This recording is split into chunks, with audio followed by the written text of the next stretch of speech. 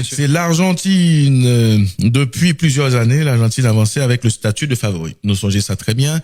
Et chaque fois, l'Argentine va jouer depuis 2010, 2014, 2006, 2010, 2002. Il y a une plus belle génération que nous jamais.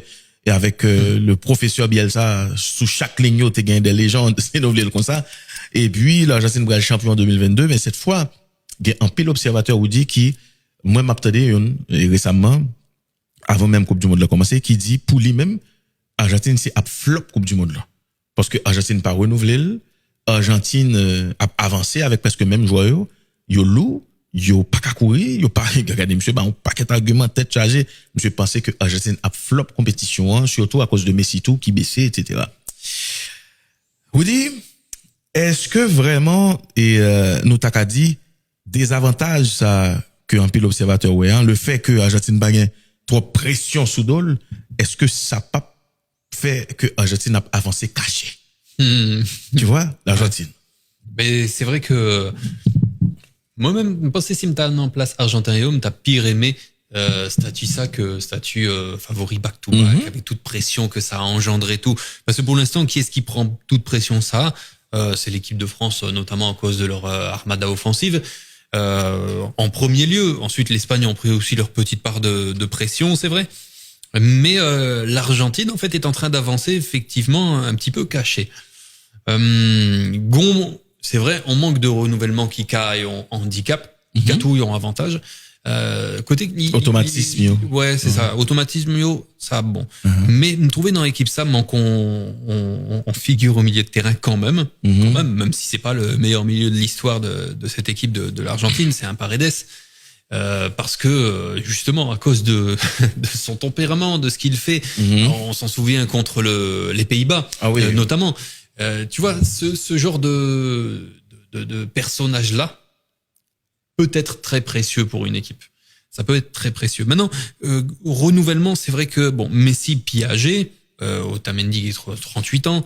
Il y a d'autres figures, c'est vrai, dans cette équipe, mais il paraît moins exposé.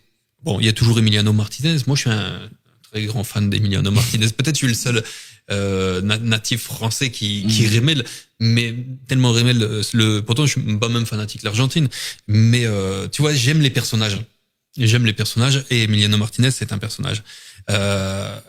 C'est ça, tu vois, on manque de renouvellement, mais me penser à l'Argentine qui a pis dangereuse toujours justement avec cette petite tranquillité qu'on leur accorde. Par contre, si on commençait mal face à l'Algérie, ouais, c'est un sacré client. Est-ce qu'il y a gagné le même, la même capacité à rebondir qu'en 2022? Tu vois? Parce que c'est là, justement, où on va voir cette capacité de renouvellement mental. Et pas seulement les joueurs. Parce que, en face, l'Algérie, t'as Gouiri, t'as Marez, t'as Maza au milieu de terrain, Bayer Leverkusen, excellent. T'as Mandy, le défenseur lillois, Ait Nouri. Et c'est pas des petits joueurs, hein. Non. C'est pas des petits joueurs. Et du coup, ça va être un match très très sérieux. Ouais. Même si pour moi, Algérie, on cran en dessous d'une nation comme le Maroc, si on veut comparer les nations du Maghreb. Mais je dis attention.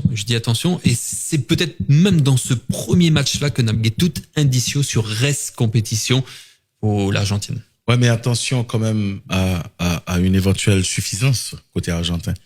Parce que, parce que ils ont remporté la Coupe du Monde là, c'était plus gros défi que tu gagné, surtout Messi, qui est champion du monde, qui arrive dans la Coupe du Monde ça là, bah qu'on est avec qui état d'esprit, nous beaucoup connaître.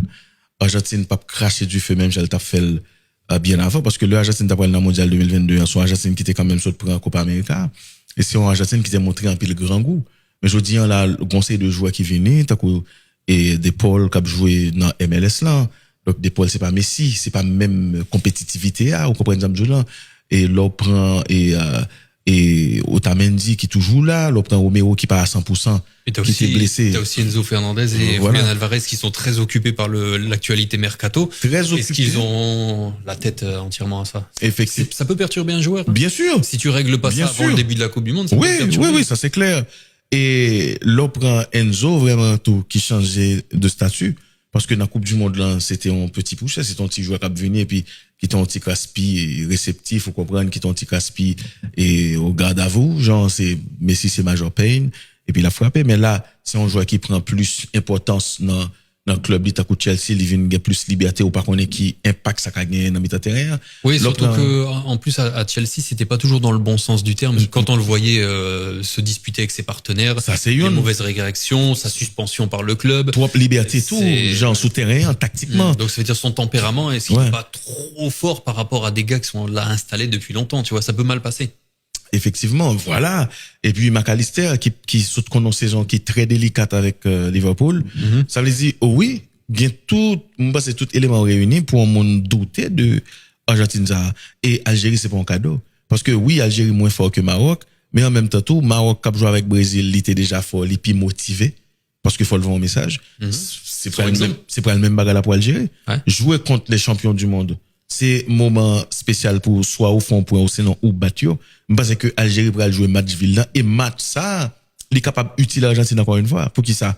Parce que si l'Argentine se fait secouer par l'Algérie, on dit il t'a battu, si suffisance t'as gagné, eh ben parce que c'est un antidote sérieusement pour lui. Après mais si moi pas aventuré de parler de jouer ça, sont extraterrestres, il est toujours gain vista. Piel, c'est deux mecs dans Plasio. Les capables d'accélération, mais vision, elle vient pi bien et établi toujours. Je pense que M. Bral éblouit tout le monde encore une fois. C'est Messi. Il fait des choses que seul lui peut faire. Donc, c'est toujours en danger. Mais c'est équipe là dans lui-même. Est-ce que vraiment il peut suivre le rythme là? Et en même temps, nous pas connaître. Mais il y a une grosse différence quand même au café entre 2022 et 2026, c'est que 2022 où t'es senti, il était en mission. Voilà. Où sont-ils vraiment? Voilà. Tu vois, parce que il y a besoin by Messi en premier mondial. Même Messi pas connaît qu'il tape jouer mondial 2026, non? Ouais, justement. Là. Mais ou pas gay ou poco gay en tout cas impression ça qu'il y a en mission. C'est peut-être ça comme dit premier match là, bah nous en pile enseignement. Ouais. Et c'est pas clairement le match le plus facile effectivement contre les Fennecs.